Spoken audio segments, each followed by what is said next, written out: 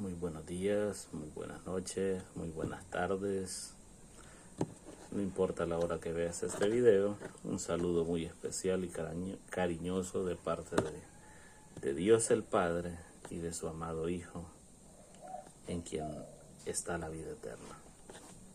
Esta vez vamos a estudiar un tema muy interesante acerca de las profecías de tiempo y los profetas llamados por Dios, vinculadas con las profecías de tiempo. El primer profeta que quiero comentar, y espero que ustedes puedan buscar en sus Biblias, vamos a llamar al primer profeta en mención, que se llama Enoc.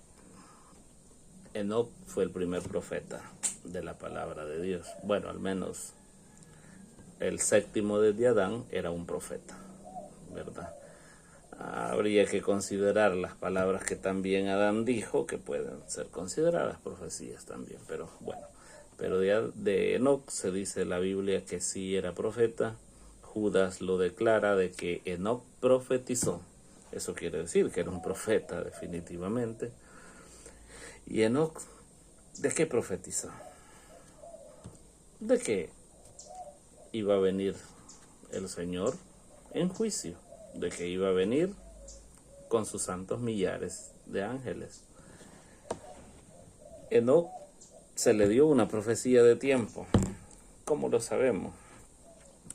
La Biblia nos cuenta de que Enoc tuvo un hijo, y ese hijo, Enoc, como profeta, le puso un nombre muy particular.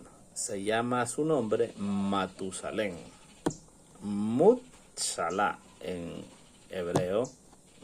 Creo que así se pronuncia, no sé hebreo la verdad. Pero el significado, lo podemos ver en YouTube. El nombre de Matusalén significa hombre del dardo, o su muerte trae juicio. Una de esas dos traducciones le pueden dar.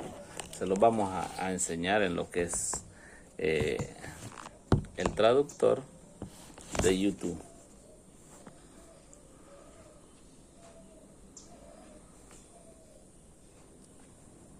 Dice allí,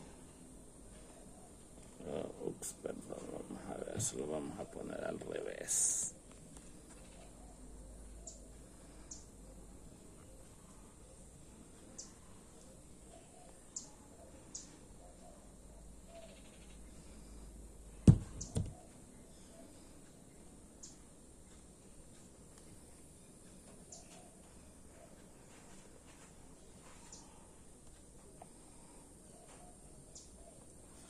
Pueden ver, como podemos apreciar, dice allí, hombre del dardo, o si no, su muerte trae juicio, ¿verdad? No sé si se aprecia bien, pero quería darle vuelta a la cámara, pero no pude, no está en la opción. Bien, dice allí, su muerte trae juicio. Ustedes pueden buscarlo en YouTube, en Google. La traducción etimológica de Matusalén, de hecho fue el más viejo de la Biblia, pero llama la atención que dice que a su muerte traerá juicio, ¿verdad? A su muerte trae juicio. Con eso en mente, vamos a ver cuánto vivió Matusalén. Y vamos a notar un dato muy interesante. Si acompañan conmigo a lo que es la Biblia, Matusalén es el cronómetro de la profecía de tiempo. Dice el versículo 25 de Génesis 5, dice, vivió Matusalén 187 años y engendró a Lamec. Es decir, Matusalén nace y vive 187 años y nace Lamec, ¿verdad? El hijo de Matusalén se llama Lamec. Tengan en cuenta ese numerito, 187. Después Lamec, dice la Biblia en el versículo 28,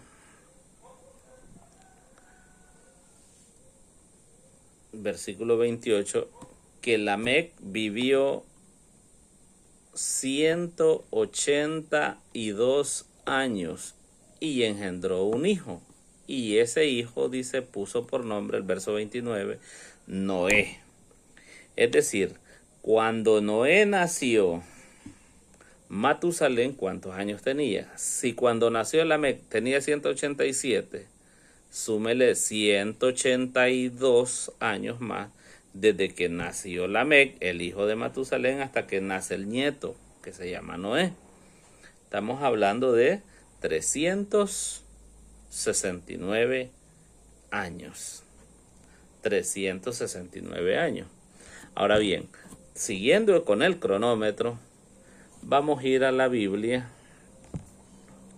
a lo que es el capítulo 6 del libro de Génesis, decir al 7 de una sola vez. En el capítulo 7 nos da un dato sumamente importante. Dice Génesis capítulo 7, Génesis el capítulo 7 y el versículo 11 nos dice este dato importante de la cronología, de que sabemos de que Matusalén cuánto tiempo vivió. Vamos a ver. Cuando nació Matusalén, pasaron 187 años y nació el hijo. Después que nació el hijo, pasan otros 182 años y nace el nieto, que es Noé. Estamos hablando que 187 más 182 son 369. Después de eso, de que nace el nieto, después de esos 369 años, sigue el cronómetro corriendo, y en la vida de este nieto, que ya llevaba 600 años, noten este dato. Verso 11. El año 600 de la vida de Noé,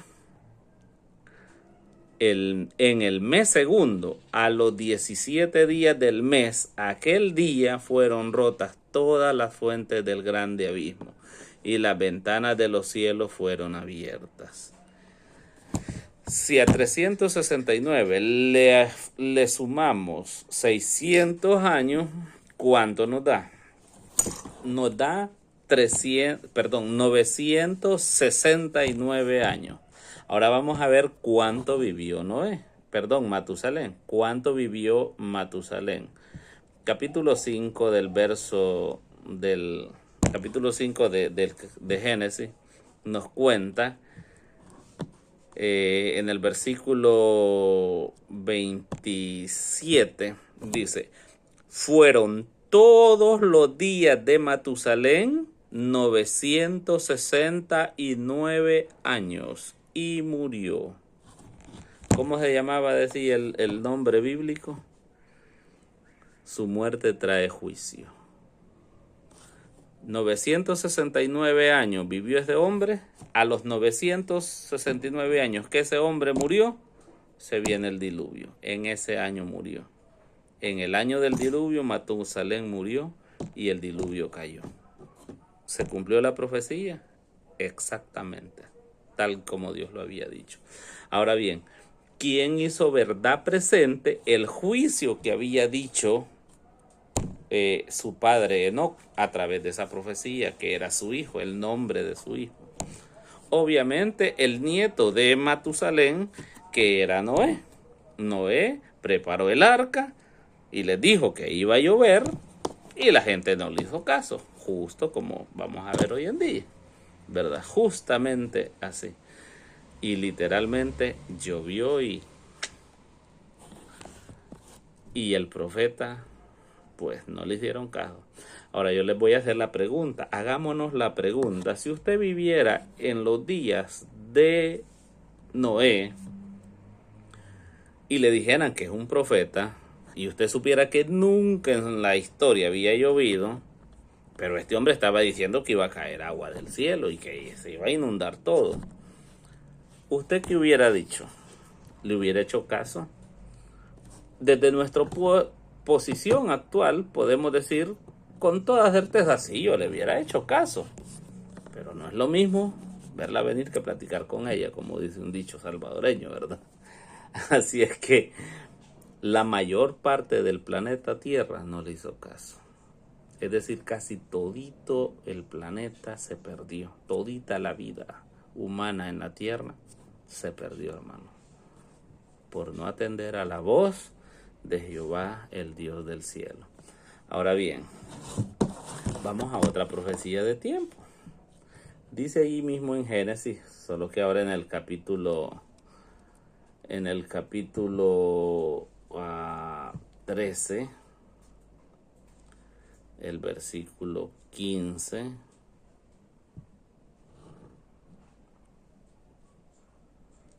Vamos a ver, no, creo que es el 15 entonces.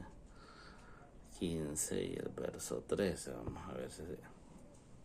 Sí, 15, 13. Vamos a ver, ¿Abraham era profeta? Bueno, Dios le dijo a Faraón, devuélvele su mujer porque es profeta, y llámalo y orará por ti y tú para que libres tu alma. Entonces Dios declara que es profeta, no hay falla. Entonces a Abraham se le da esta profecía de tiempo. Dice allí Génesis capítulo 15 versículo 13.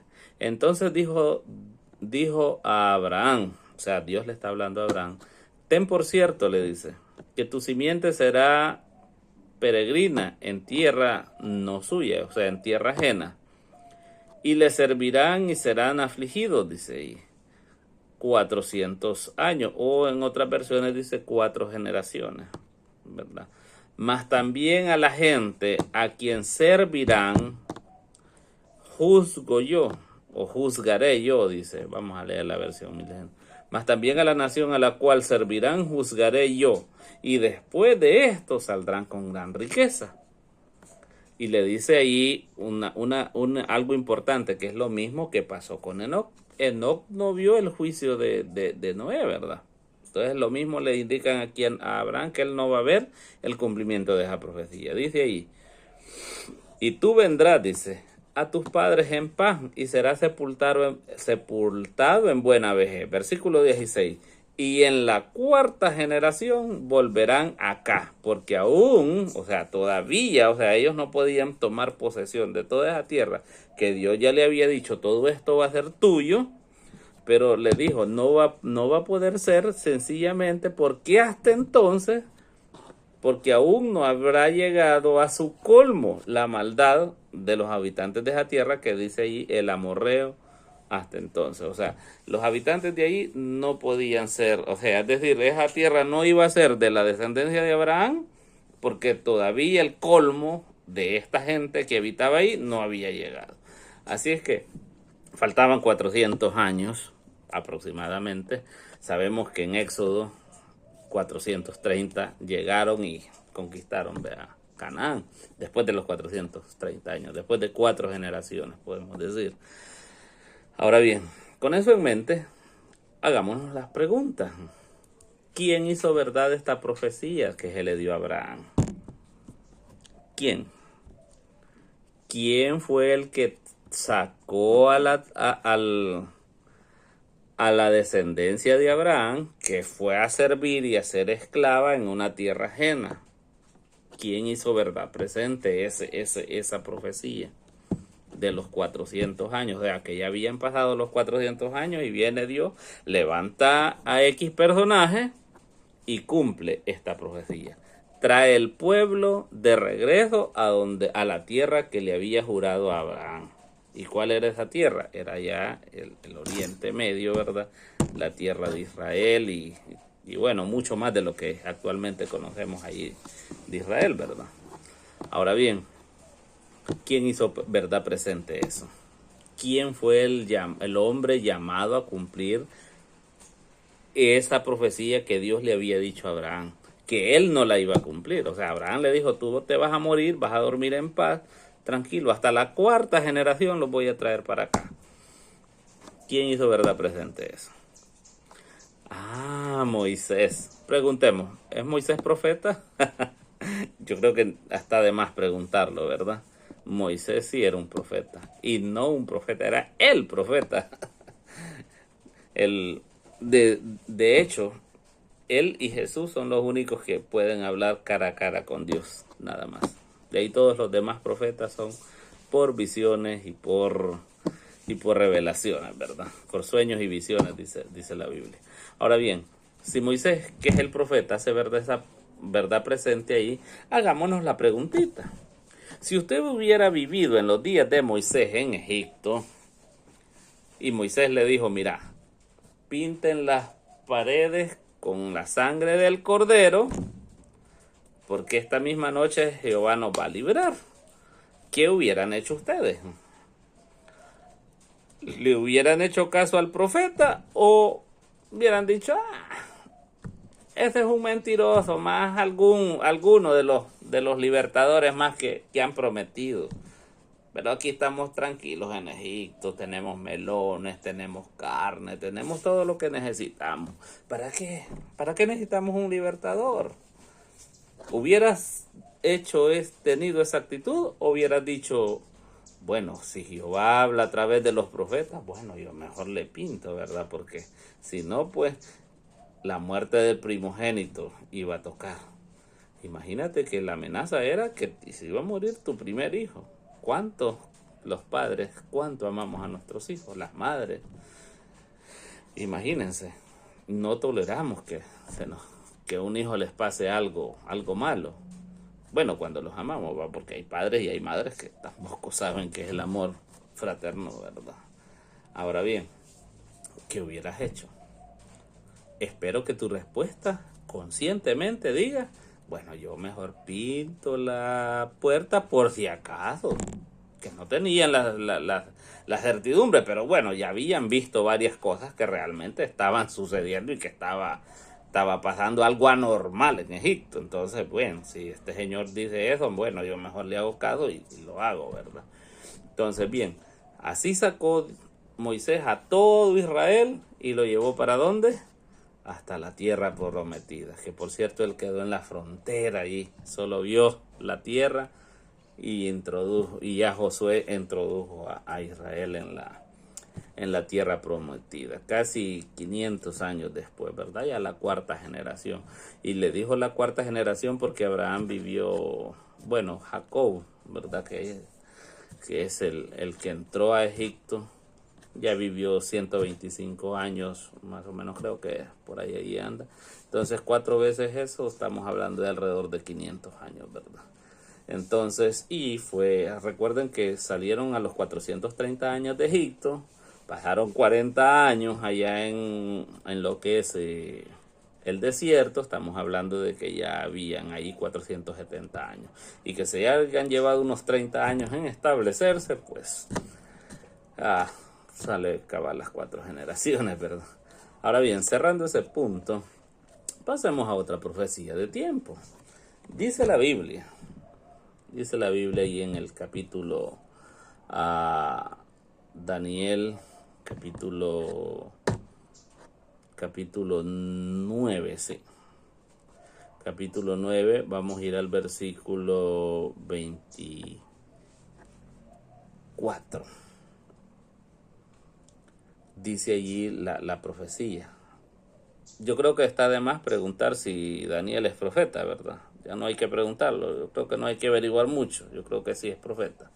Dice el versículo 24, 70 semanas están determinadas o cortadas, ¿verdad? Según el vocablo hebreo, de hecho, eso dice, cortadas. De hecho, en la traducción Reina Valera 2017 ya introduce el texto en hebreo, cortadas, dice, sobre tu pueblo, sobre tu santa ciudad, para acabar la prevaricación e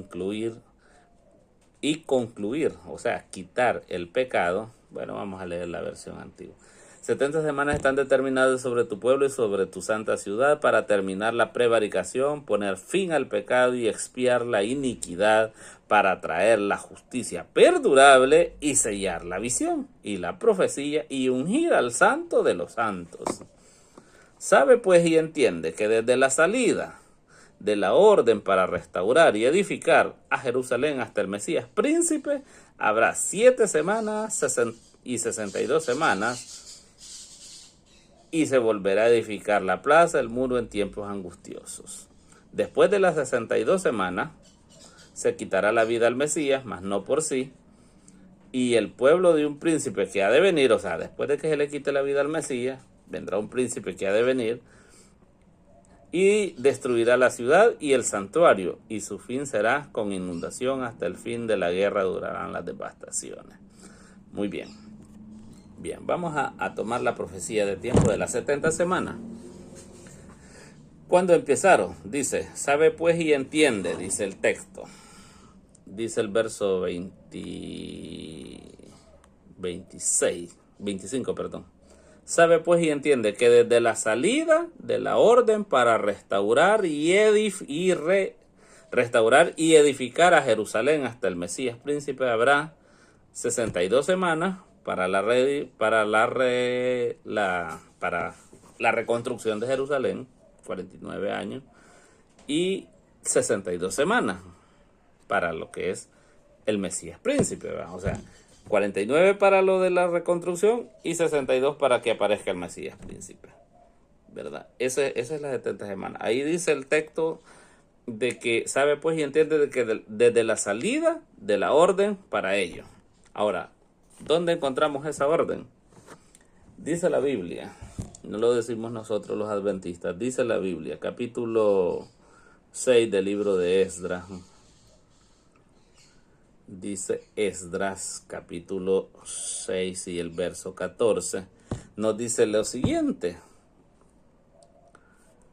Dice aquí, y los ancianos de los judíos edificaban y prosperaban conforme a la profecía del profeta Ageo y de Zacarías, hijo de Ido. O sea, estaban trabajando en el asunto. Terminaron por orden. Noten bien, por orden de quién terminaron toda esa reconstrucción.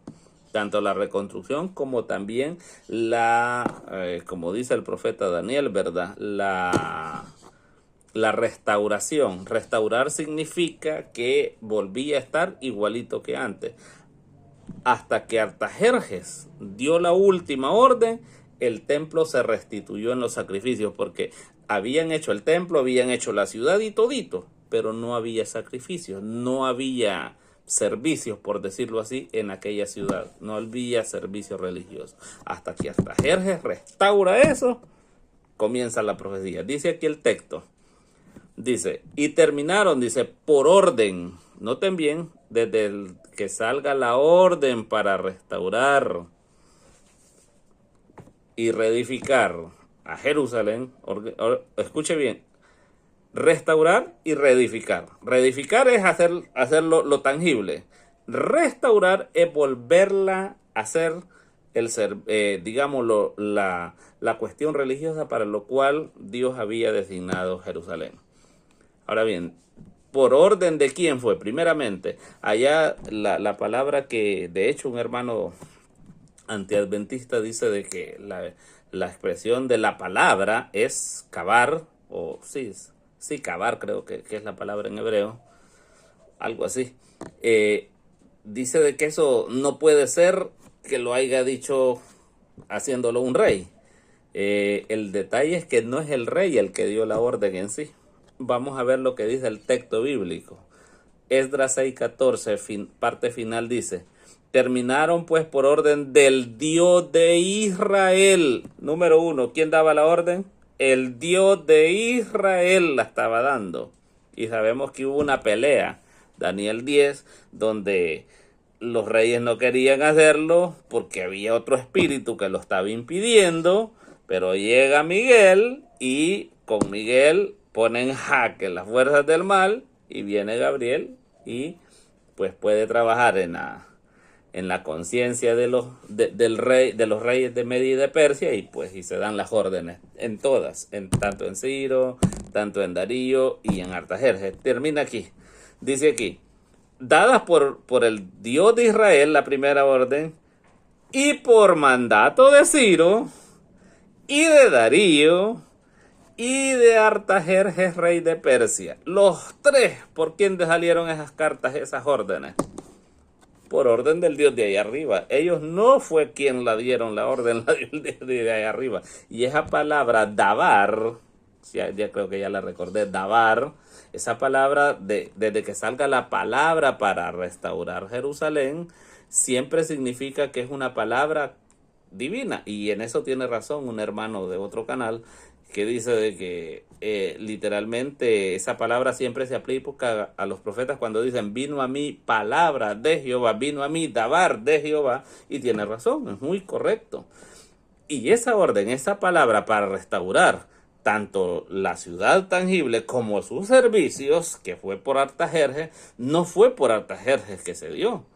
Alguien le dijo a Artajerjes hacerlo, porque obviamente él era podríamos decir, el instrumento en la mano de Jehová para dar la orden. Y dice que es el Dios el Dios de Israel, dice el texto clarito. Ahora bien, alguien dice cuándo se dio esa orden.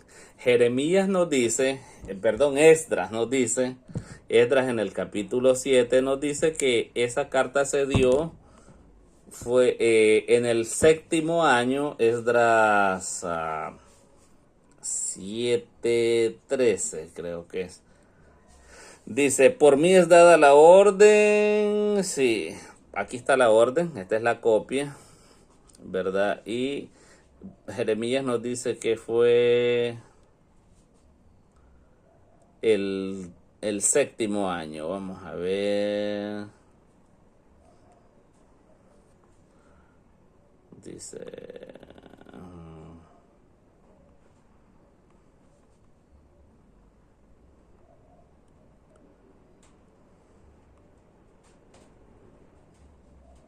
Así dice, llegó a Jerusalén en el mes quinto, dice, del año 7º del rey.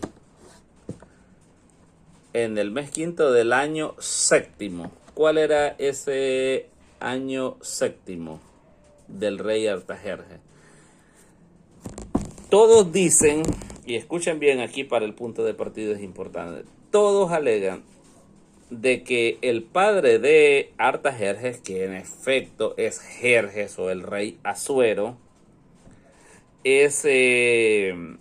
murió, y estamos claros, todos los historiadores y todas las evidencias arqueológicas dicen de que fue el año 465 cuando murió. De hecho lo asesinan, le hacen un boicot y básicamente lo traicionan y asesinan al rey Asuero, ¿verdad? O el rey Jerjes I primero.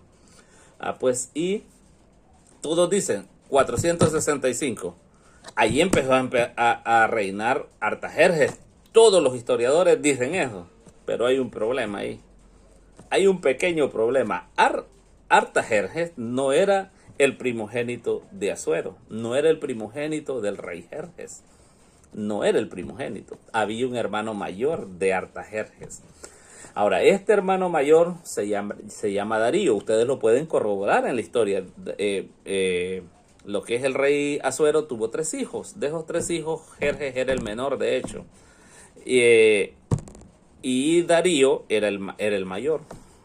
Era el mayor. Ahora bien, si ustedes van y son curiosos en Daniel capítulo 9, versículo 1, dice ahí que era el primer año del reinado de Darío, hijo de Asuero. Esto no lo registra ningún historiador.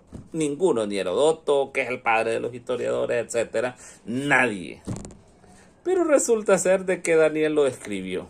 Ahora, Herodoto y todos los demás historiadores vivieron, ¿qué? 200, 300 años después de los hechos. Pero tenemos a Daniel que vivió allí, era un testigo ocular presencial de los hechos. Y él registra en Daniel 9:1 de que Darío, el hijo de Asuero, o sea, el hermano mayor de Artajerjes, reinó un año. Dice ahí, era el año primero de su reinado. Entonces, si nosotros contamos desde el 465, cuando murió Asuero, entonces tenemos que básicamente el año 7º, si lo contamos desde el 465, nos daría que es el 458. Y ya tendríamos que retroceder la profecía un año, ¿verdad? Pero yo le pregunto a los detractores del adventismo, ¿y el año de Darío, el hermano mayor de Artajerjes, dónde lo colocamos? ellos se lo comen con papitas fritas y salsa, creo yo. Porque todos ellos dicen, no, tiene que ser el 458 y están equivocados y Elena White es falsa profeta. Pero yo no sé qué hacen con ese año. No sé qué van a hacer. Entonces, por ende, el hijo mayor tomaba el reinado. 465. Reina un año. Después la historia cuenta que Artajerjes lo mata porque le enganchan que él tuvo que ver con la muerte de su padre, lo cual él se da cuenta que no era así, ¿verdad? Sabemos que de hecho en la carta, en el libro de Esther vemos de que siempre hubo esa intriga entre ese reinado y ese linaje del rey Asuero, ¿verdad? Y hubo toda esa clase de engaños así y conspiraciones, podemos decirlo así. Entonces, y viene Artajerjes y lo mata. Y Artajerjes obviamente se queda con el reinado. Artajerjes mata al hermano, pero por equivocación, porque le dijeron que, o sea, lo engañan literalmente, ¿verdad? Entonces, bien, y el hermano había reinado un año, lo dice Daniel. Ahora bien, si entonces, ¿cuándo decimos entonces que es el 7º año del rey Artajerjes?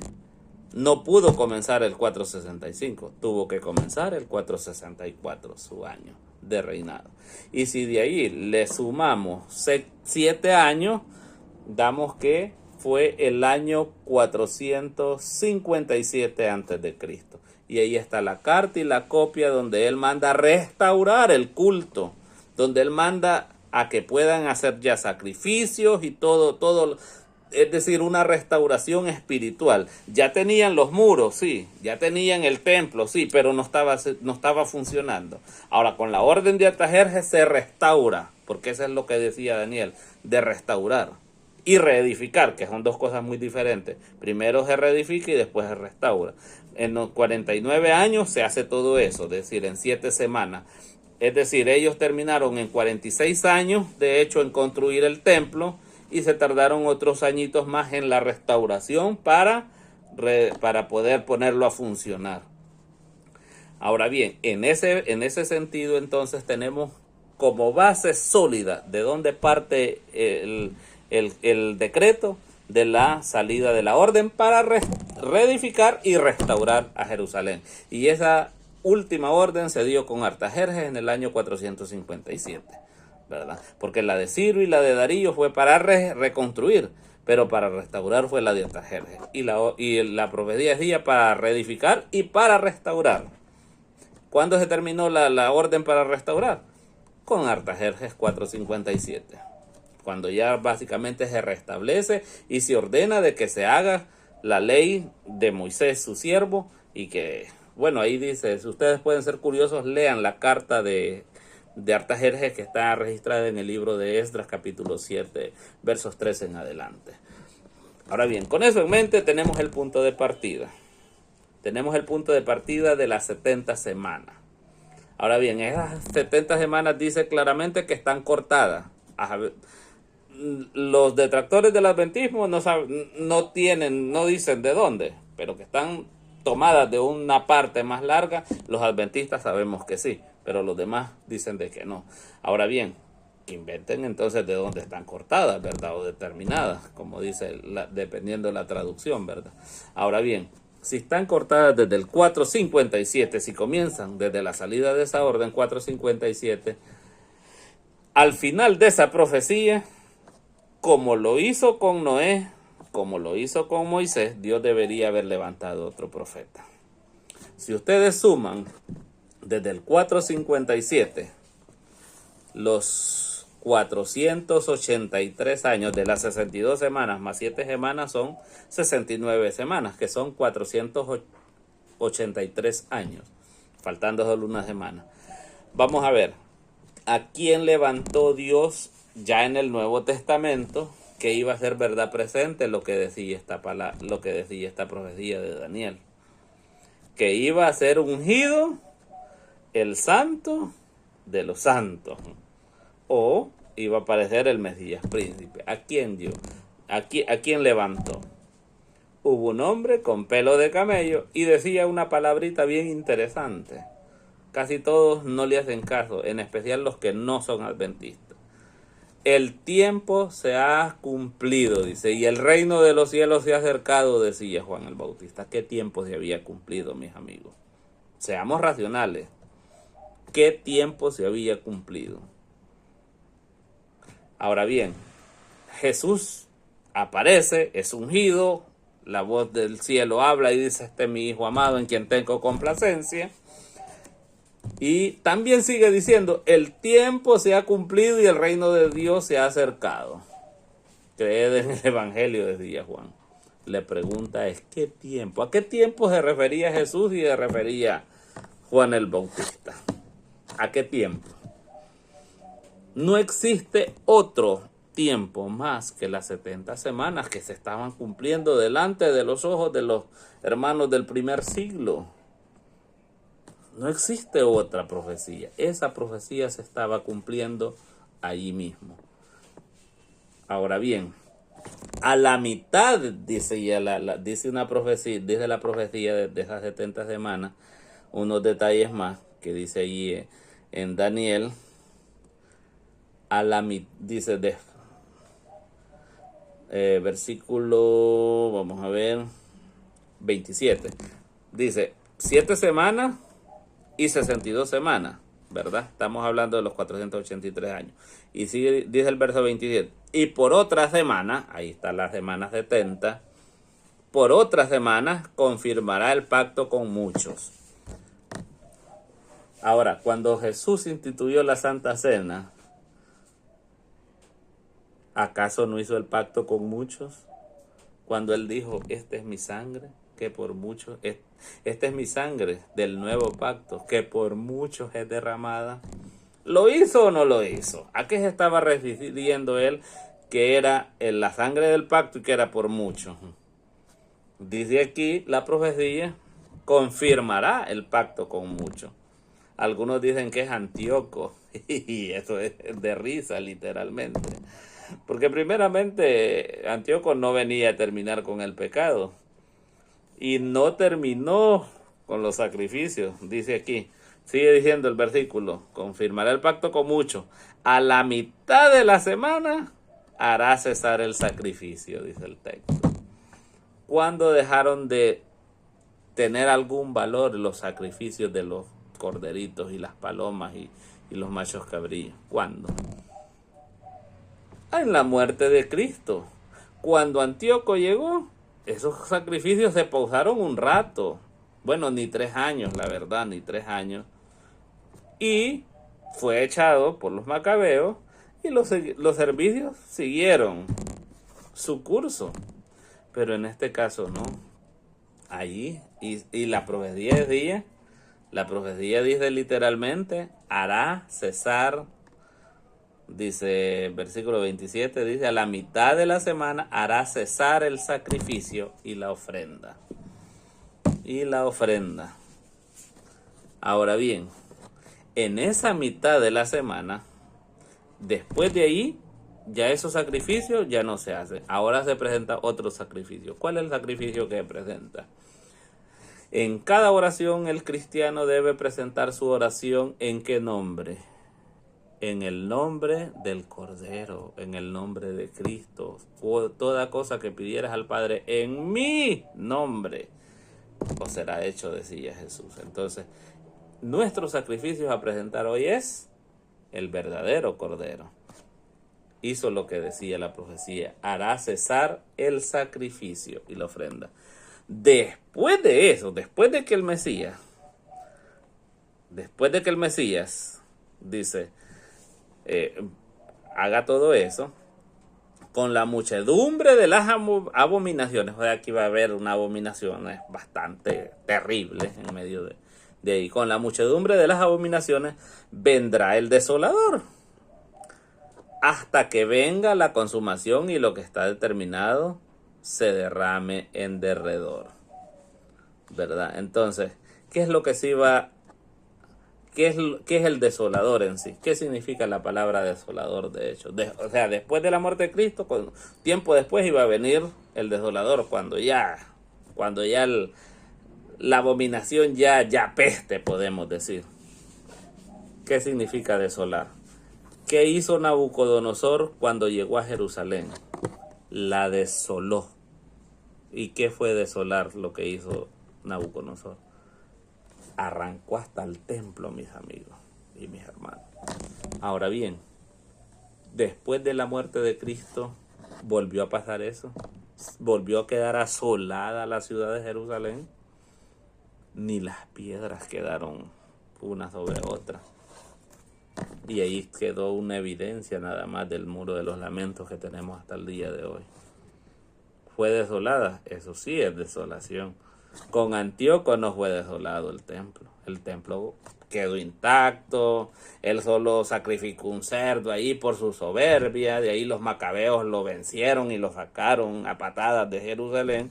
Es decir, no hizo lo que quiso del cuerno pequeño, que el cuerno pequeño dice la Biblia que hace lo que quiere y le va bien, pero Antíoco lo agüeva Pompilio, ¿verdad? Queriendo tomar Egipto no lo podía hacer porque ni modo, da el cónsul romano y no quería meterse con Roma porque ya Roma ya venía como el fuerte de la película, ¿verdad? Y después llega a Jerusalén, con eso se quiere él, digamos, congraciar de que él era fuerte y cosas así, ¿verdad? Y sacrifica un cerdo y hace un montón de chongues ahí en el templo de Jerusalén, y a eso le llaman abominación, pero eso no es abominación, eso no es la desolación de la que habla la Biblia, porque el templo quedó intacto, y después que lo derrotaron los macabeos, el templo siguió su curso, y la cuestión siguió su rutina normal, pues, porque Israel todavía no había llegado al colmo de las abominaciones, pero con Cristo Jesús ellos derramaron la gota. Ellos derramaron la gota y Cristo, el único que podía salvarlo, salió de Jerusalén. Lo echaron de Jerusalén, echaron al cristianismo que estaban haciendo de ahí de Jerusalén, que era lo único que los podía proteger. ¿Y qué pasó? Viene Tito y desarraiga todo aquello. Es decir, la verdad de las 70 semanas es que al final de esas 70 semanas Dios levantó profetas. Claro que sí. ¿Y quiénes fueron esos profetas? Juan el Bautista. Bueno, podemos citar también a Zacarías, ¿verdad? El papá de Juan el Bautista. A Juan el Bautista y a Jesús, que no era un profeta, era el profeta. Por eso le mandan a preguntar a los judíos, ¿eres tú? A Juan le preguntaban, ¿verdad? ¿Eres tú el profeta? Note que no le mandan a preguntar, ¿eres un profeta? Algunos detractores del cristianismo también dicen, no, Juan dice que no era profeta. Dicen, no, es que no le estaban preguntando si era un profeta. Le estaban preguntando si era el profeta, no un profeta. Si hubieran preguntado eso, a lo mejor les hubiera podido decir que sí, ¿verdad? Pero los profetas muchas veces eran humildes y no se consagraban, no se atribuían semejantes títulos. Pero dejando eso de lado, queremos sentar las bases de que Dios levantó profetas al principio con Daniel, con la profecía de tiempo, y al final de la profecía de tiempo Dios levantó profetas. Y esos profetas fueron Juan el Bautista y Jesús más reconocidamente. Ahora bien, de hecho fueron 3, ¿verdad? Ahora bien, ¿qué otra profecía de tiempo tenemos en la Biblia? ¿De dónde fueron cortadas las 70? De Daniel 8:14. Daniel 8:14 sabemos que inicia también con el mismo decreto. Ahí empiezan las 2300 tardes y mañanas. Por eso decía, este pedazo, 490 años o 70 semanas, están cortadas ¿de qué? De los 2300 años. Ahora bien, ¿por qué ponemos nosotros años? Ezequiel 4, en profecía de tiempo también, de hecho ahí, y de hecho alguien dice que esas profecías se cumplieron, esa profecía jamás se ha cumplido, señores. Esa es otra profecía que hay que estudiar muy detenidamente, esa profecía jamás se cumplió. Y alguno dirá, pues era falso profeta Ezequiel, ¿verdad? Pero hasta el día de hoy nunca se cumplió la profecía. Ezequiel capítulo 4, verso 6 nos dice de que en esa profecía 40 días iban a equivaler a 40 años, ¿verdad? De sitio, de hecho, de sitio que iba a caer sobre Jerusalén. Ahora bien, lo que quiero decirles es que de ahí se toma el principio. También en Números, cuando los israelitas se rebelan contra Jehová, 40 días, ¿verdad? Porque digámoslo, le tienen miedo a los cananeos, aunque Jehová ya les había dicho que era de ellos la tierra. Entonces les dice, va, está bien, 40 días, día por año les voy a dar, 40 años al desierto, señores, a dar vueltas. Entonces, día por año es la profecía, sí, se toma ese principio, se aplica aquí a esta y nos va a dar hasta que llegue a Cristo Jesús, hasta cumplirse en Cristo Jesús y en el apedreamiento de Esteban, que es cuando se persigue a la iglesia, a los seguidores de Cristo o el cristianismo en sí, y les toca salir huyendo de Jerusalén y de todas las regiones donde los judíos, de hecho hasta en la tradición judía sale de que había una doxología donde se maldecía a Jesús y obviamente ya los cristianos no podían estar así, ¿verdad? Entonces tuvieron que salirse de por todas esas áreas, ¿verdad? De contar con los judíos. Porque primeramente sí estaban los cristianos revueltos en las sinagogas con los judíos, pero luego tuvieron que emigrar, ¿verdad? Y seguir su culto por sí solos, podemos decir, ¿verdad? Ahora bien, dejando eso de lado, entonces, las 2300 tardes y mañanas o años comienzan también en el año 457. Del año 457 le ponemos 2300 años hacia el futuro, vamos a llegar a 1844. La fecha del gran chasco, del gran movimiento adventista del séptimo día. Que ese movimiento, el movimiento milerita, predecesor de lo que es el gran movimiento adventista, duró alrededor de 10 años proclamando y hizo un fervor religioso como nunca en la historia del cristianismo se había visto. Nunca se había visto un fervor. Los historiadores, ustedes pueden corroborar con los historiadores del siglo XIX, y es que había infinidad de personas que daban con la misma fecha de Guillermo Miller. No era solo Guillermo Miller, hay un montón, habían unos en Inglaterra, por cierto, por ahí tengo una lista de nombres de ellos, y literalmente todos estos hombres daban por sentado de que las 2300 tardes y mañanas terminaban en esa fecha. Ahora, ¿pero qué pasaba? Ellos decían que era la fecha del fin del mundo, que Cristo venía y que ya alistar maletitas y nos vamos, ¿verdad? Pero todavía no se había, digámoslo así, restaurado toda la verdad que el cuerno pequeño había echado por tierra. Entonces, el punto es que si terminan en 1844, ahora, ¿a quién era el otro profeta que iba a sincronizar con Daniel? Todos los profetas, es decir, Enoc dijo de que cuando Matusalén muriera, era el nombre de Matusalén, iba a llegar el juicio. ¿Qué juicio llegó? El diluvio. Ahora bien, ¿quién dijo que iba a llegar ese juicio? Noé. Era verdad presente para Noé. Después tenemos a Abraham, que le da 400 años, 4 generaciones, y después de los 400 años Dios levanta a Moisés y hace verdad presente lo que Dios le había dicho a Abraham, que iba a sacar a su descendencia y la iban a llevar de nuevo a la tierra de Canaán. Y efectivamente Moisés hizo eso y lo hizo verdad presente. No fue para Abraham, sino solamente para Moisés, la verdad que se cumplió lo que Dios le había dicho a Abraham. Después tenemos a Daniel, las 70 semanas, y el único profeta que dijo que el tiempo se había cumplido, Jesús y Juan el Bautista. ¿Qué tiempo? Obviamente las 70 semanas, y literalmente vemos de que el único profeta que cumplió con las asignaciones de la profecía era Jesús y Juan el Bautista, literalmente. Entonces Dios levanta al principio de la profecía de tiempo un profeta y al final de la profecía de tiempo. Este profeta habla exactamente lo mismo de la profecía que el profeta anterior ha dicho, ¿verdad? Ahora bien, ¿qué otro profeta ha hablado de las 2300 tardes y mañanas? Díganme uno. ¿Quién descifró los 2300 tardes y mañanas? ¿Qué profeta? ¿A qué profeta se le dio? La profecía de las 2300 tardes y mañanas decía de que se iba a purificar el santuario.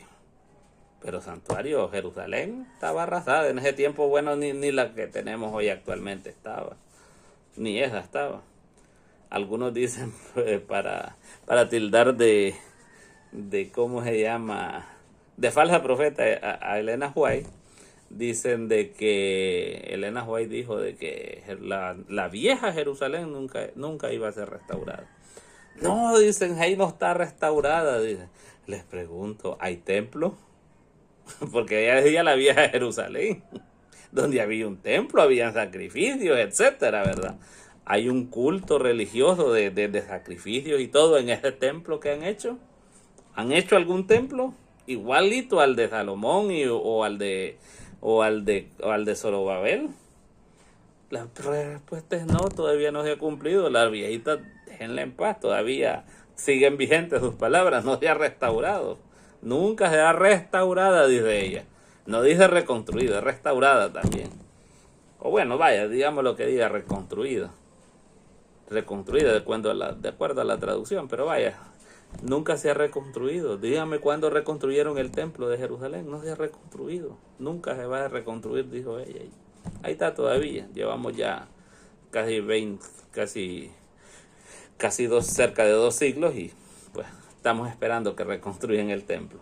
Muchos especulan de que sí, que se va a hacer nuevamente el templo, que no sé qué. Ahora, ¿y para qué sería un templo? ¿Para sacrificar nuevamente animales?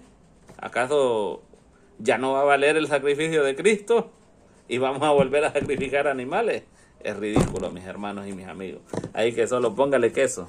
Entonces, hay un profeta que se levantó al final de los 2300 años.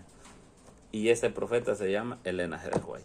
Es la única persona que habló, que tuvo visiones. No es que solo habló, sino que tuvo visiones, revelaciones acerca de la purificación del santuario. Acerca de lo que estaba pasando. Ahora bien, alguno dirá, no, esa señora pues era bruja, era aquí, que no sé qué. No existe, yo les digo, esa persona fue extraordinaria y ella misma hace el reto. ¿Mi obra es de Dios o es del diablo? Pero yo no creo que sea del diablo. A la ley y al testimonio dice la Biblia. El que no hable conforme a esto es que no le ha amanecido. Y esta señora habla conforme a la ley y al testimonio. Y ahora bien, con 3er grado académico, no existe un doctor, teólogo, póngale el título que usted le dé la gana. Uno solo. Que se le compare a cómo ella habla del amado Salvador de Cristo Jesús en el deseo de toda la gente. Compare ese libro, léalo, tómese la tarea. Si quiere, digámoslo, ser un buen detractor, tómese la tarea. Lea el deseo de toda la gente y compárelo con el mejor teólogo que describa de la vida de Cristo Jesús. Hay muchos historiadores, muchos teólogos, muchos doctores que tienen buenos relatos quizás de Jesús. Compare el libro de alguno y compare el deseo de toda la gente. Y me cuenta si hay alguno que se le compare siquiera. Ni uno se le va a comparar, le digo. Con eso le voy a decir todo. Ahora bien, esa obra es extraordinaria. Y muchas otras más, ¿verdad? Ahora bien, tuvo visiones. Claro que sí, tuvo sueños también. Ahora bien, las visiones fueron constatadas hasta por médicos. Le ponían espejos, dicen ahí, para ver si respiraba, y la mujer no respiraba, movía las manos y su corazón, pero su corazón sí seguía latiendo, pero no tenía pulso tampoco, o sea, estaba como muerta, como le pasaba a Daniel, ¿verdad? O a Juan también, y le faltaban la fuerza, pero después estaba con una fuerza sobrehumana, que cuentan una vez que tuvo una visión de 2 horas con una gran Biblia en la mano así, y que, bueno, yo, que soy algo grandecito, creo yo, ¿verdad? Yo no aguanto, sí. Bueno, me ponen 10 minutos así con una carguita, bueno, la mano nada más así, sin carga. No le aguanto 10 minutos, mi amigo, pero la señora pasó, no sé si 2 horas o 4 horas. Era algo fuera de serie. Ajá, y era una mujer y con 3er grado académico y hacer semejantes obras de literatura que yo me quedo, wow, yo me asusto y digo yo, su majestad, usted habló por medio de esta señora. Y entonces tenemos entonces que Dios realmente levantó un profeta al final de los 2300 años. Ahora bien, ¿qué dice la Biblia? Oíd a sus profetas. Creed a sus profetas y estará seguro. Entonces, hermano, la pregunta que les hacía al principio, ¿a Noé usted le hubiera creído? Y no creerle a Noé, ¿qué implicaba? ¿Perderse o salvarse? Ahora, vamos con Moisés. ¿Le hubiera creído usted a Moisés? ¿Qué implicaba no creerle a Moisés? ¿Perderse o salvarse? Perderse, literalmente. Con Cristo Jesús, no creer en Jesús y en Juan el Bautista implicaba salvación y perdición. Los que no le hicieron caso a Jesús de salir de Jerusalén, perecieron. Y eso es un pálido reflejo de la final de este mundo. Ahora les voy a hacer la pregunta. Si a Noé, si a Moisés y si a Jesús y Juan el Bautista implicaba la obediencia a uno de ellos y la desobediencia a cualquiera de ellos significaba perdición y salvación, ¿qué creen ustedes que puede pasar con este profeta llamada Elena G. de White del siglo XIX, de 1844? Y para adelante contando, porque es una señora que tuvo un ministerio profético bastante grande, ¿verdad? Les hago una pregunta. ¿Será que desobedecer a este profeta implica salvación? ¿Implica perderse básicamente? ¿Ustedes creen que si hubieran desobedecido a Noé se hubieran perdido? Ahora, pero desobedecer a Elena White, no, eso no es importante, dicen ahora. Hasta los mismos adventistas hoy desconfían de la viejita. Y créanme, es profeta. No tengo duda. No me queda la menor duda. Es profeta. Jehová la ha levantado. A la ley y al testimonio. La Biblia nos dice, no creas a todo espíritu. Prueben los espíritus. Yo les reto que los prueben. Lean el deseo de toda la gente. Y van a tener luz acerca de Cristo como ninguna otra. Yo, de hecho, yo me pongo a llorar cuando he leído esa obra. Es que es lindísimo, es algo fuera de serie, literalmente. Así que, mis hermanos y mis amigos, creamos a los profetas. Dios ha tenido un sistema de profecías de tiempo exacto. Y por ello, Dios ha dado salvación y vida eterna a todos los que han creído en su palabra. Así que Dios les bendiga y escuchemos la voz profética que Dios nos ha dado para este tiempo.